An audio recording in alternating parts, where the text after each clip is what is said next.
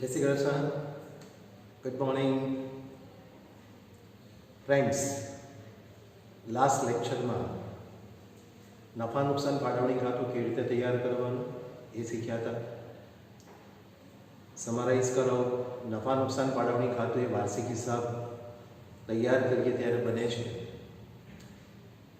નફા નુકસાન ખાતા પછી પહેલું બને છે વેપાર ખાતું. એનો કાચો નફો ખોટ નફા નુકસાનમાં આવે છે. નફા નુકસાન ખાતું તૈયાર થઈને નફા નુકસાનનો ચોખ્ખો નફો ખોટ નફા નુકસાન ફાળવણી ખાતામાં આવે છે. અને ફાળવણી ખાતામાં ઉપજ ખર્ચ લખાયા પછી એમાં શોધાતો નફો ખોટ એટલે વહેંચણી પાત્ર નફો ખોટ એ ભાગીદારના ચાલુ મૂડી ખાતે વહેંચીને લઈ જવામાં આવે છે. આપણે શીખ્યા હતા. એની આગળ એ જ લેક્ચરમાં મૂડી ખાતા રાખવાની જે બે પદ્ધતિ, અસ્થિર મૂડી ખાતા રાખવાની, સ્થિર મૂડી ખાતા રાખવાની પદ્ધતિ એ શીખ્યા હતા. અને એમાં બે પ્રકારના વ્યવહારો, કાયમી વ્યવહારો અને અન્ય વ્યવહારો કેવી રીતે લખવાના એ શીખ્યા હતા. અને એ વ્યવહારોને મૂડી ખાતા પાછળ લાસ્ટ લેક્ચરમાં પણ આપણે શીખ્યા હતા. ગયા લાસ્ટ લેક્ચરમાં રિવિઝન કર્યું હતું. અને પછી મેં તમને હોમવર્કમાં એક તો મેં નફા નુકસાન ફાળવણી ખાતું ડ્રો કર્યું હતું, એ લખવાનું કીધું હતું કે જે ચોપડીમાં પણ છે. કોઈએ ન લખ્યું હોય તો ટેક્સ્ટબુકમાંથી લખજો. અને નફા નુકસાન ખાતું અને નફા નુકસાન ફાળવણી ખાતાનો તફાવત આપેલો એ તમારે લખવાનો હતો. કરેક્ટ?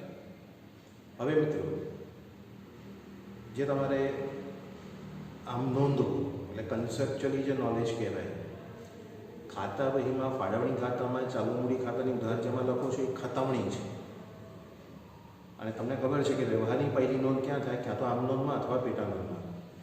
અને બીજી નોંધ ક્યાં થાય? તો કે આમ નોંધ પેટા નોંધ પરથી ખાતા વહીમાં ખતવણી થાય. તો નફા નુકસાન ફાળવણી ખાતામાં જે લખો છો ઉધાર જમા એ ખતવણી હોય છે. ભાગીદારના ચાલુ મૂડી ખાતામાં જમા ઉધાર લખો છો એ ખતવણી હોય છે. તે ખતવણી પહેલાંની જે આમ નોંધ હોય છે એ આમ નોંધ આપણે શીખી રહ્યા છીએ. મોસ્ટલી આપણે ખર્ચ ઉપરની આમ નોંધ શીખવાની છે. અને શીખવાની નથી, શીખેલા જ જોઈએ એટલે તો રિવિઝન કરવાનું છે.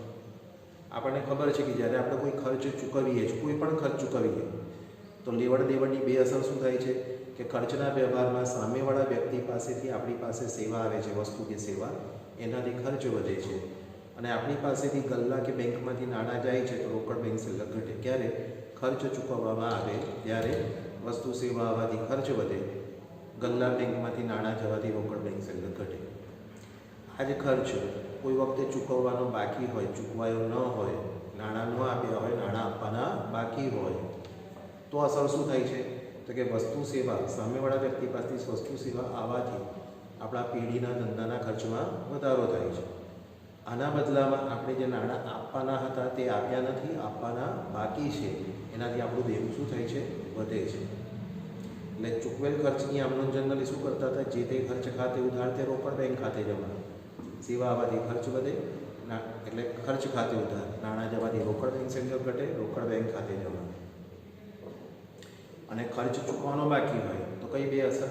કે વસ્તુ સેવા આવવાથી ખર્ચ વધે એટલે જે તે ખર્ચ ખાતે ઉધાર, અને એના નાણાં આપવાના બાકી છે એનાથી આપણું દેવું વધે છે એટલે ચૂકવવાના બાકી ખર્ચ ખાતે જમા અથવા જે તે વ્યક્તિ ખાતે જમા. આવું આપણે શીખ્યા. ચૂકવેલ ખર્ચ અને ચૂકવવાના બાકી ખર્ચ. એ જ રીતે ઉપજ માટે મળેલી ઉપજ અને મળવાની બાકી ઉપજ. ઉપજ મળવાની બાકી હોય તો, અને ઉપજ મળી ગઈ હોય તો શું થાય છે? વસ્તુ સેવા જાય છે, નાણાં આવે છે. નાણાં આવવાથી રોકડ બેંક સલગ વધે એટલે રોકડ બેંક ખાતે ઉધાર, અને વસ્તુ સેવા આપવાથી આપણી ઉપજ વધે છે એટલે જે તે ઉપજ ખાતે જમા. આ મળેલી ઉપજ માટેની આમ નોંધ કે રોકડ બેંક ખાતે ઉધાર, જે તે ઉપજ ખાતે જમા. હવે જો આ ઉપજ મળવાની બાકી હોય તો શું થાય? તો કે નાણાં ના આવત, નાણાં મળ્યા ના આવત એટલે રોકડ બેંક ખાતું ઉધાર કરત નહીં, તો એની જગ્યાએ આપણે મળવાની બાકી ઉપજ અથવા જે તે વ્યક્તિ ખાતું ઉધાર કરત. કેવી રીતે?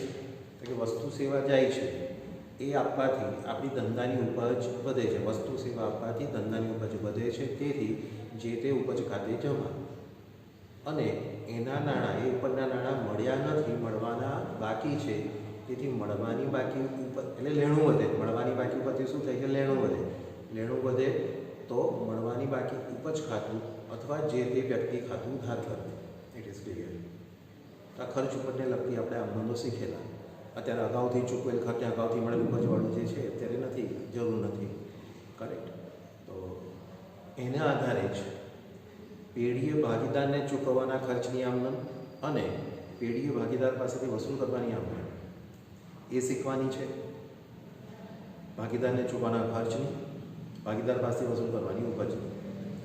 પછી આપણા ધંધાના નફામાંથી જ્યારે અનામતો ઊભી કરીએ છીએ, સામાન્ય અનામત, વિકાસ ભંડોળ, એ અનામતો કેમ ઊભી કરીએ છીએ?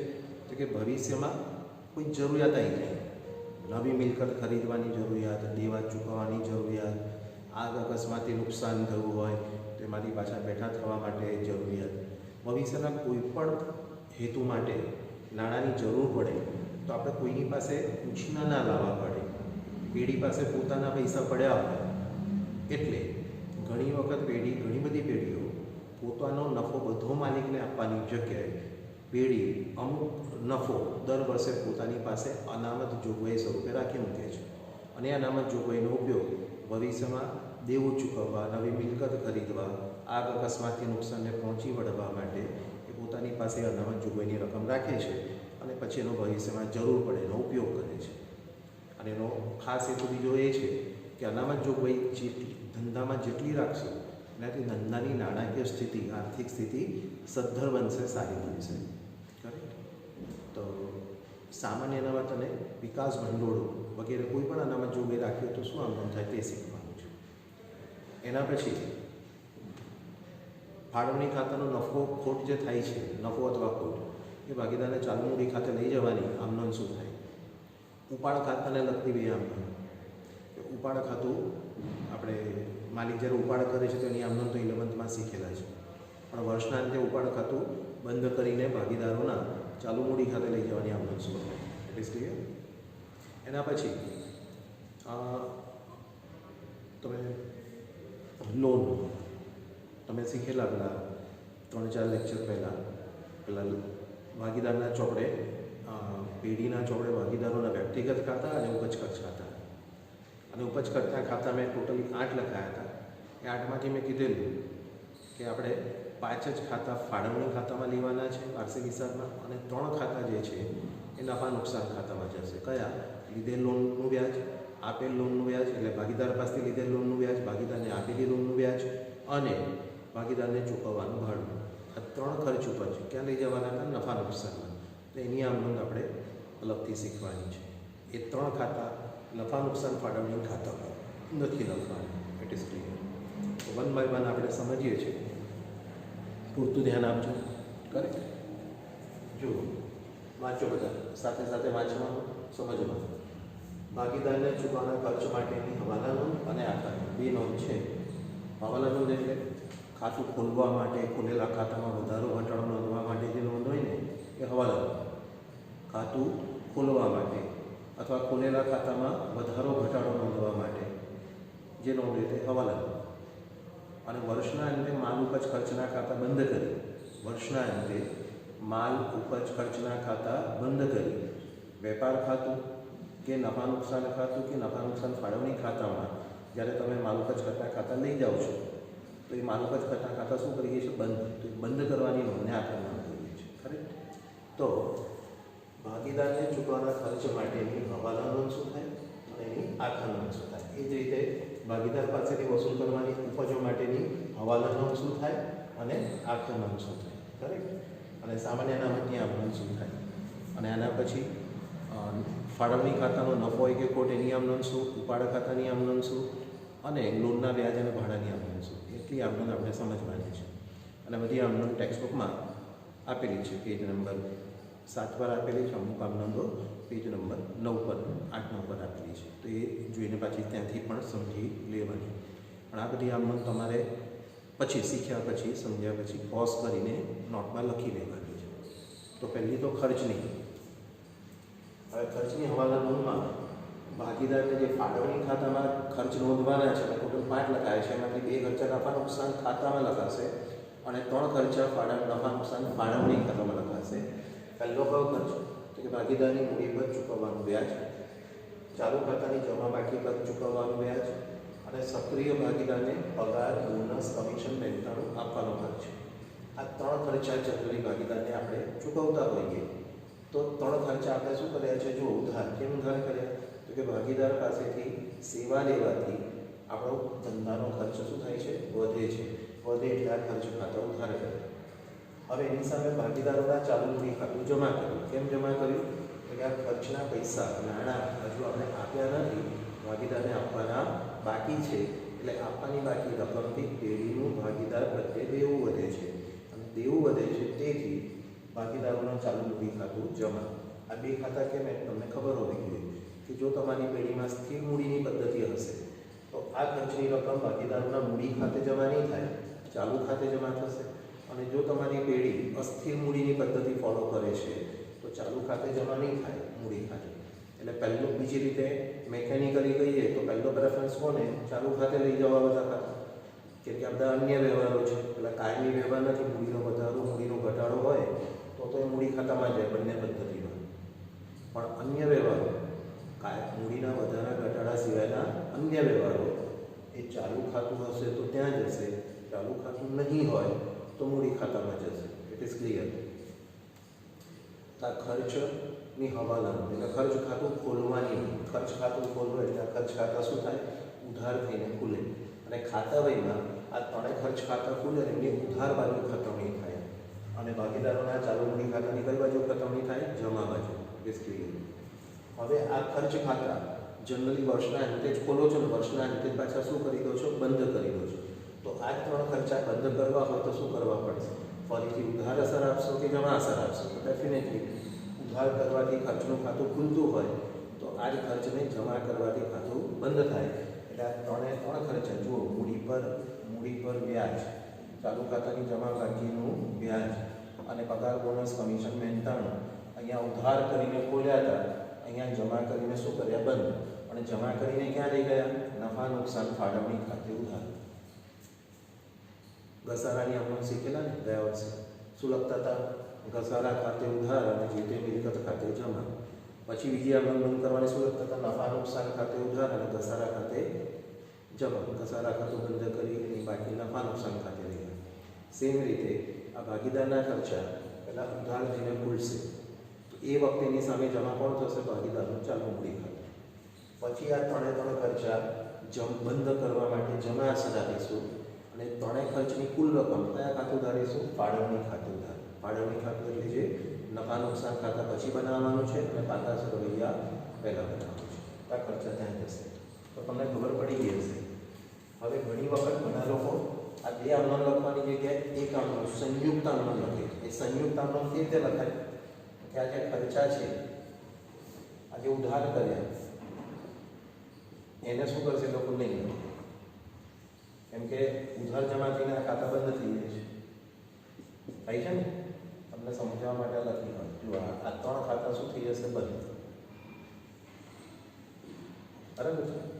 કયા ખાતા રહેશે? તો કે આ ખાતા રહેશે. નફા નુકસાન ફાળવણી ખાતે ઉધાર અને ભાગીદારોના ચાલુ મૂડી ખાતે જમા.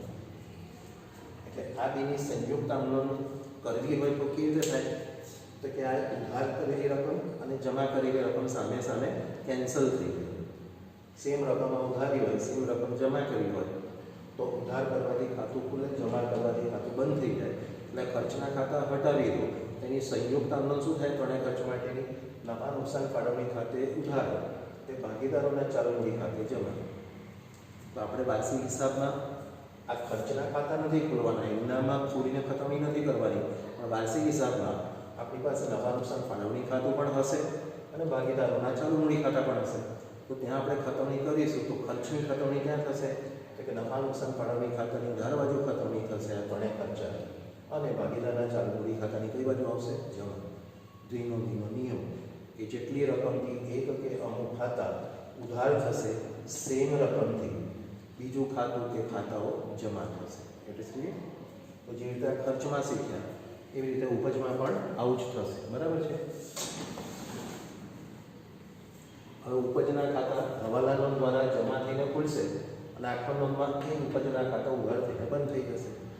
ભાગીદાર પાસેથી કઈ કઈ ઉપજો વસૂલ કરવાની હોય છે? આપણી પાસેથી જે એને નાણાં માલ મિલકત લઈ ગયા ઉપાડ દ્વારા, એ ઉપાડ પર વ્યાજ વસૂલ કરીશું. અને ચાલુ ખાતાનું ઉધાર બાકી એટલે આપણે એના પર લેણું એટલે એના પર પણ વ્યાજ શું કરીશું? વસૂલ. તો સેવા આપવાથી ઉપજ શાનાથી વધે છે? વસ્તુ સેવા આપવાથી આપણી ધંધાની ઉપજ વધે છે. ઉપજ વધે તો ઉપજનું ખાતું જમા કરીએ. પરંતુ આ ઉપજના પૈસા મળ્યા હોય તો રોકડ બેંક ખાતું ઉધાર થાય, અને પૈસા મળવાના બાકી હોય, લેણું વધે તો રોકડ બેંક ઉધાર ના થાય, મળવાની બાકી ઉપજ ખાતું ઉધાર થાય, અથવા જે તે વ્યક્તિ ખાતું ઉધાર થાય. તો અહીંયા જે તે વ્યક્તિમાં કોણ છે? ભાગીદાર. તો આ ઉપજની રકમ ભાગીદારના ચાલુ ખાતે ઉધાર કરીશું, ને ચાલુ ખાતું નહીં હોય તો ભાગીદારનું મૂડી ખાતું ઉધાર કરીશું. સ્થિર પદ્ધતિ હશે તો આ બે ઉપજની રકમ ચાલુ ખાતું ઉધારીશું, અને અસ્થિર મૂડી ખાતા રાખવાની પદ્ધતિ હશે તો મૂડી ખાતું ઉધારીશું. It is clear. તો જેવી રીતે ખર્ચ ખાતા શું થાય છે? ઉધાર. વસ્તુ સેવા લેવાથી ખર્ચ વધે, ખર્ચ ઉધાર.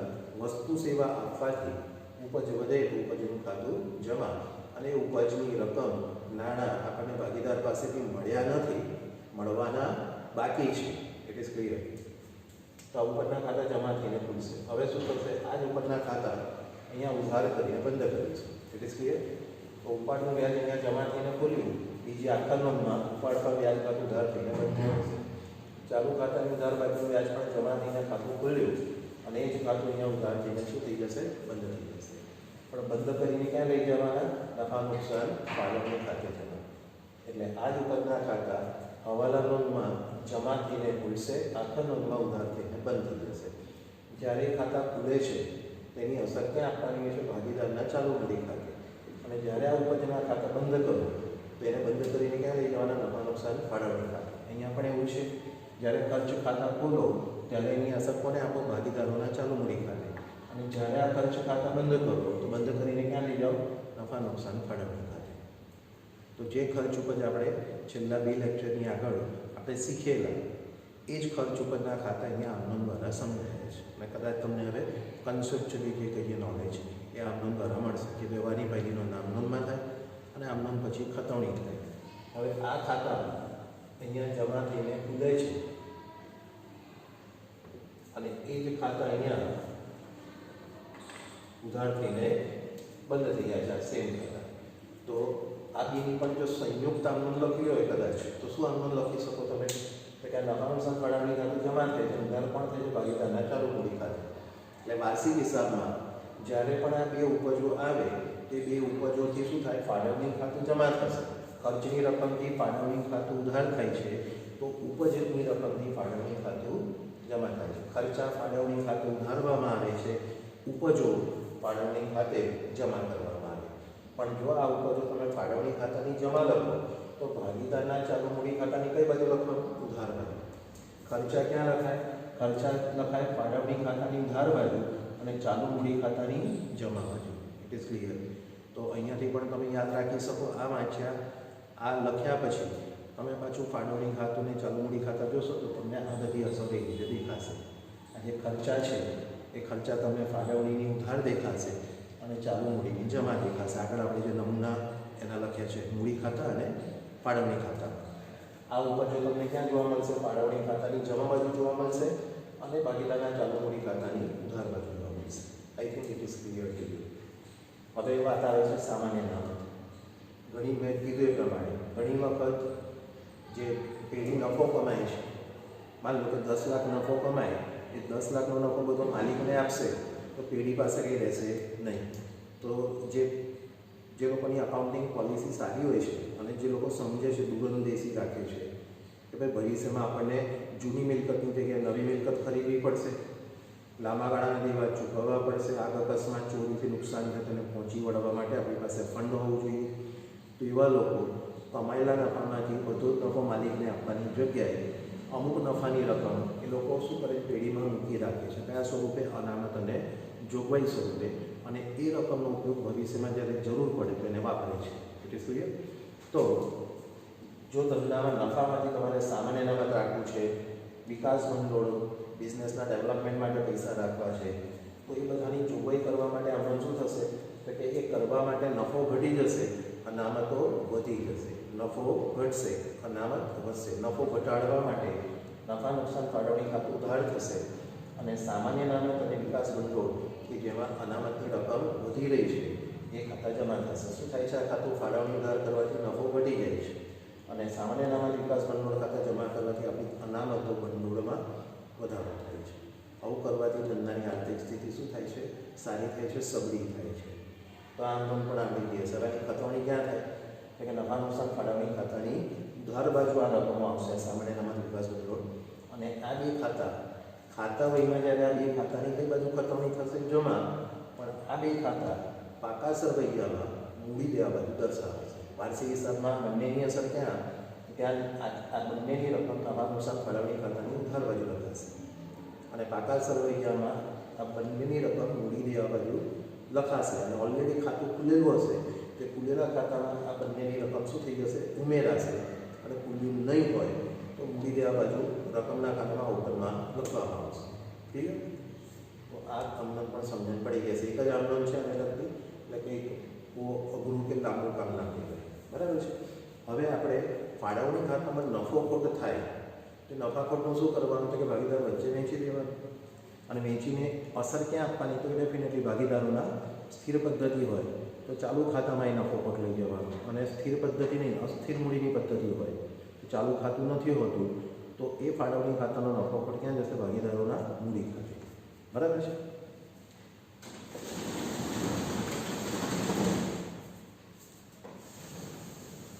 જોયું નફા નુકસાન ફાળવણી ખાતાની જમા બાકી વહેંચણી પાત્ર નફાની નફા નુકસાન ફાળવણી ખાતાની જમા બાકી એટલે શું? વહેંચણી પાત્ર નફો અથવા ઉધાર બાકી એટલે વહેંચણી પાત્ર ખોટ.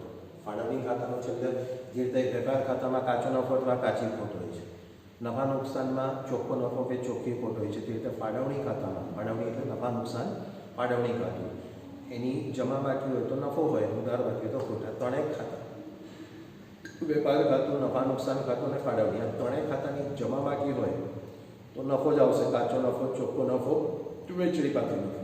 આ ત્રણેય ખાતાની ઉધાર બાકી હોય તો કાચી ખોટ, ચોખ્ખી ખોટ અને વહેંચણી પાત્ર ખોટ એવું દેખાય ઉધાર બાકી હોય તો. અને એવું નથી કે ત્રણેયમાં નફો અને ત્રણેયમાં ખોટ હોય. ઘણી વખત એવું થાય કે વેપાર ખાતામાં નફો હોય અને નફા નુકસાનમાં અને ફાળવણીમાં ખોટ પણ હોય. વેપાર નફા નુકસાનમાં નફો હોય, ફાળવણી ખાતામાં ખોટ પણ હોય. બરાબર છે? એટલે બધી સ્થિતિ ત્રણેયમાં નફો પણ હોઈ શકે, ત્રણેયમાં ખોટ હોઈ શકે, અથવા શરૂઆતના ખાતામાં નફો હોય અને પછીના ખાતામાં કદાચ ખોટ પણ હોય. ત્રણેય પોસિબિલિટી છે. બરાબર છે? હવે નફા ખોટની પણ આમ નોંધ થતી હોય છે. અને ફાળવણી વેપાર ખાતાનો નફો ક્યાં આવે? નફા નુકસાનમાં. તો એની આમ નોંધ થાય વેપાર ખાતે ઉધાર, નફા નુકસાન ખાતે જમા. અને ખોટ આવી તો ઊંધી નફા નુકસાન ઉધાર, વેપાર ખાતે જમા. નફા નુકસાનનો નફો, ચોખ્ખો નફો, ચોખ્ખી ખોટ ફાળવણી ખાતામાં આવે તો એની પણ આમ નોંધ થાય. કેવી? તો કે નફો હોય તો નફા નુકસાન ખાતે ઉધાર અને ફાળવણી ખાતે જમા. ખોટ હોય તો ઊંધું થાય, ફાળવણી ખાતે ઉધાર, નફા નુકસાન ખાતે જમા. હવે નફા નુકસાન ફાળવણી ખાતાનો વહેંચણી પાત્ર નફો કે ખોટ ક્યાં લઈ જવાનું? આગળ ભાગીદારોના ચાલુ મૂડી ખાતે. તો એની આમનો સમજવાની છે. બરાબર છે? તો નફા માટે આમનો શું થશે? તો કે નફા માટે નફા નુકસાન ફાળવણી ખાતું ઉધાર થશે અને ભાગીદારના ચાલુ મૂડી ખાતું જમા થશે. કેવી રીતે? તો કે આ નફા નુકસાન ફાળવણી ખાતાની આ નફો છે તો નફાની કઈ બાકી હોય? જમા બાકી. આપણે ફાળવણી ખાતું નફો ખોટ શોધાયા પછી બીજા લઈ જાઓ ને એટલે ફાળવણી ખાતું બંધ કરવાનું. તો જ્યારે પણ જમા બાકીવાળું ખાતું બંધ કરવું હોય તો એ ખાતાને શું કરવું પડે? ઉધાર અસર આપવાની. કે નફા નુકસાન ફાળવણીની જમા બાકી છે પણ આ જમા બાકીવાળું ખાતું બંધ કરવા એને કઈ અસર આપીને બંધ કરો? ઉધાર અસર. અને જ્યારે એની ઉધાર બાકી હોય તેને બંધ કરવા જમા અસર આપો. તો ખોટની ઉધાર બાકી હોય છે, નફાની જમા બાકી. નફાની જમા બાકી પણ બંધ કરવા માટે એ ખાતું ઉધાર કરો, ભાગીદારના ચાલુ મૂડી ખાતે જમા કરો.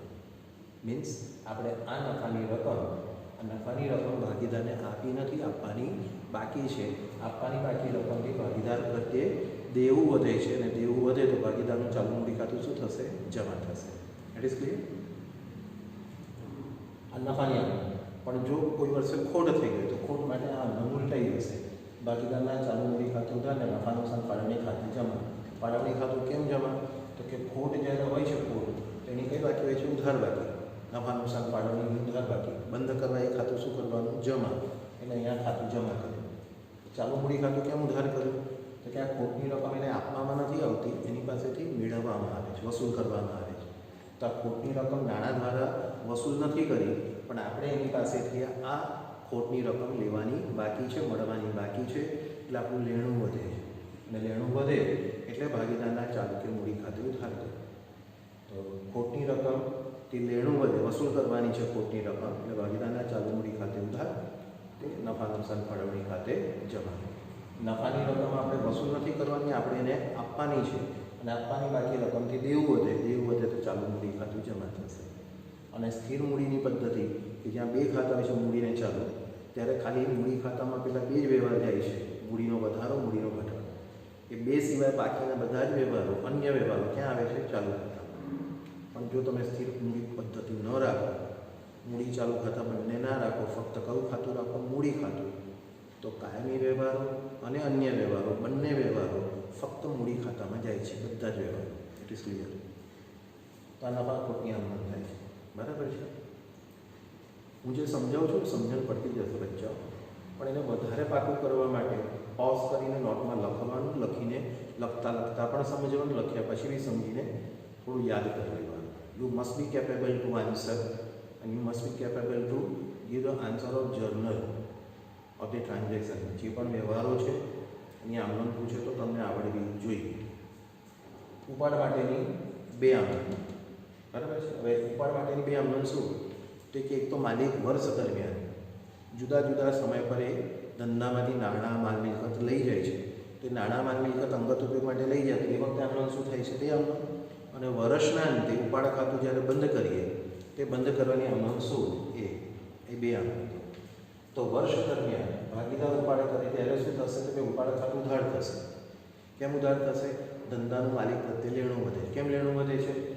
ક્યાં તો એક ધંધામાંથી, ગલ્લામાંથી રોકડા લઈ ગયો તો રોકડા ખાતે જમા, બેંકમાંથી નાણાં લઈ ગયો, બેંક ખાતે જમા, એ ધંધામાંથી માલ લઈ ગયો, ખરીદ ખાતે જમા, ધંધામાંથી યંત્ર, વાહન, ફર્નિચર વગેરે કોઈ મિલકત લઈ ગયો તો એ યંત્ર, વાહન, ફર્નિચર એટલે કે જે તે મિલકત ખાતે જમા. તો આ બધી નાણાં, માલ મિલકત જાય એટલે નાણાં, માલ મિલકત ખાતાને જમા કરો. પણ એના બદલામાં કોઈ અવેજ આપણને મળ્યો નથી, મળવાનો બાકી છે, લેણું વધે છે, એટલે ઉપાડ ખાતે ઉધાર. હવે પાછો આ ખર્ચ ઉપરની જેમ ઉપાડ ખાતા માટે ખાસ નિયમ છે કે જેવી રીતે માલ ઉપજ ખર્ચના ખાતા બંધ કરી વેપાર, નફા નુકસાન અને ફાળવણી ખાતે લઈ જઈએ છીએ, એ જ રીતે આ ઉપાડ ખાતું બંધ કરીને ભાગીદારના ચાલુ કે મૂડી ખાતે લઈ જવાનું દર વર્ષના અંતે. કોઈ વર્ષના અંતે નહીં, દર વર્ષના અંતે એને લઈ જવાનું.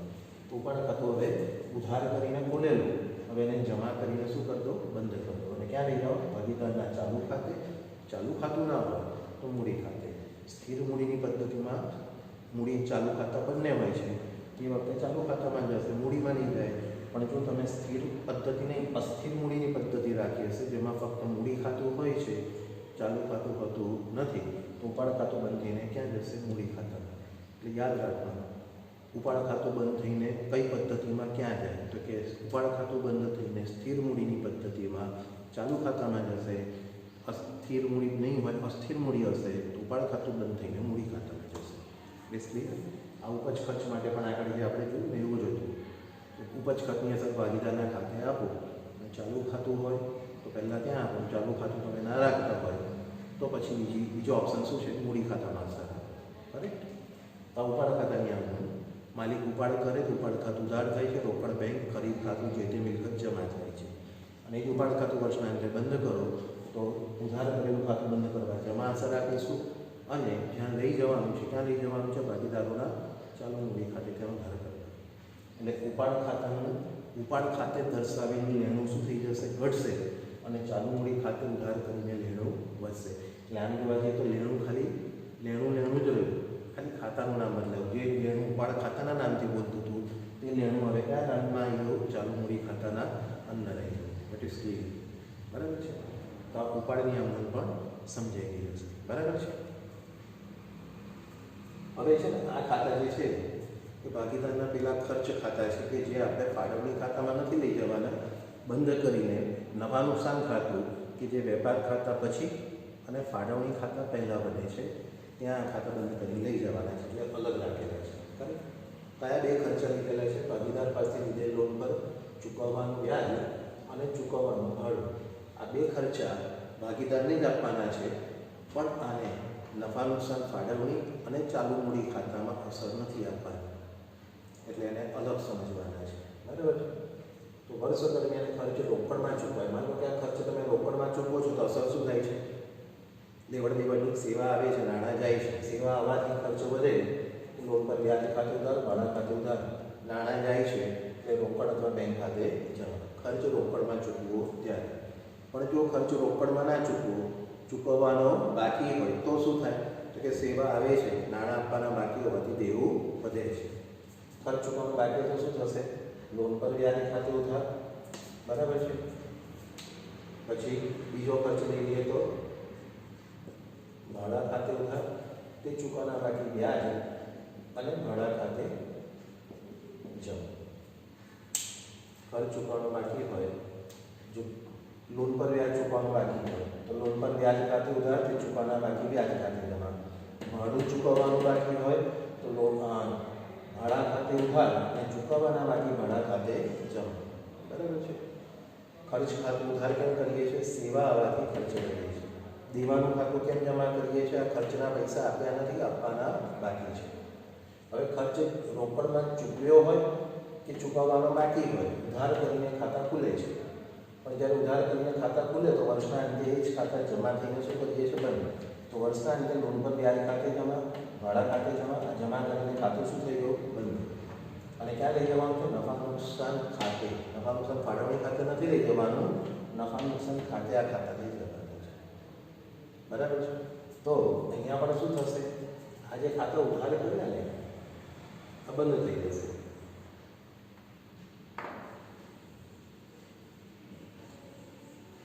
બંધ થયેલા ખાતા આ ઉધાર કરીને ખુલેલા આ જમા થઈને બંધ થઈ ગયા. બરાબર છે.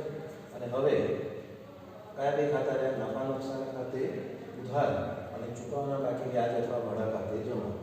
તો ખતવણી ક્યાં થશે? નફા નુકસાન ખાતાની ઉધાર બાજુ ખતવણી થશે અને આ ચૂકવવાનું બાકી જે ખાતું જમા કર્યું આ ખાતા પાકા સરવૈયામાં મૂડી દેવા બાજુ લખાશે. ચૂકવવાનું બાકી વ્યાજ અને ચૂકવવાનું બાકી ભાડું એ ક્યાં લખાશે? પાકા સરવૈયામાં મૂડી દેવા બાજુ લખાશે. એટલે ક્લિયર?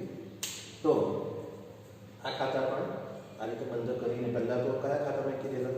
પેલું લિસ્ટ જોજો તમે. ખર્ચ ઉપરનું જે લિસ્ટ લખાવ્યું છે ને તેમાં 8માંથી 2 ખર્ચા નફા નુકસાન ફાળવણી કે ચાલુ મૂડીમાં નથી જતા, નફા નુકસાન અને પાકા સરવૈયામાં જાય છે. ક્યાં જાય છે? નફા નુકસાન અને પાકા સરવૈયામાં. અહીંયા નોંધો આ છે.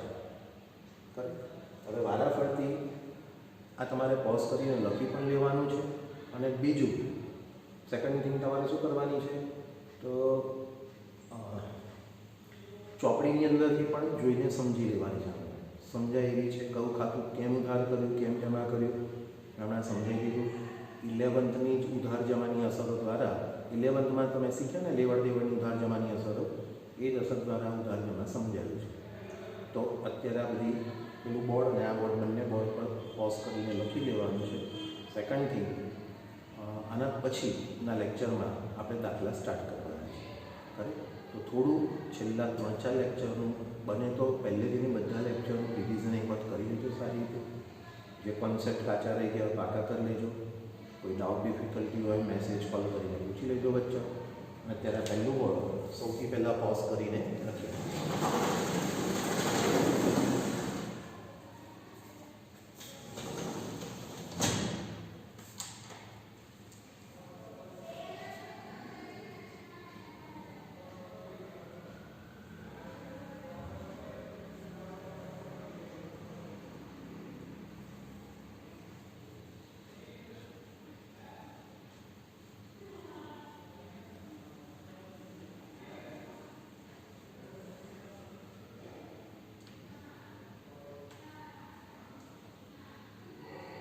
પોઝ કરી લખજો.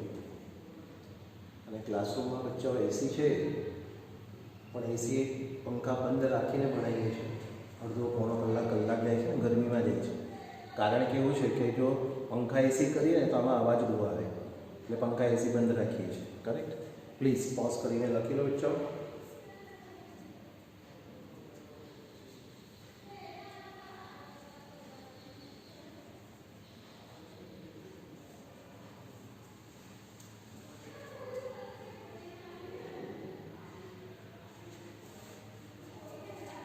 આ બોર્ડ લખાઈ ગયો હશે તમારું પોઝ કરીને. હવે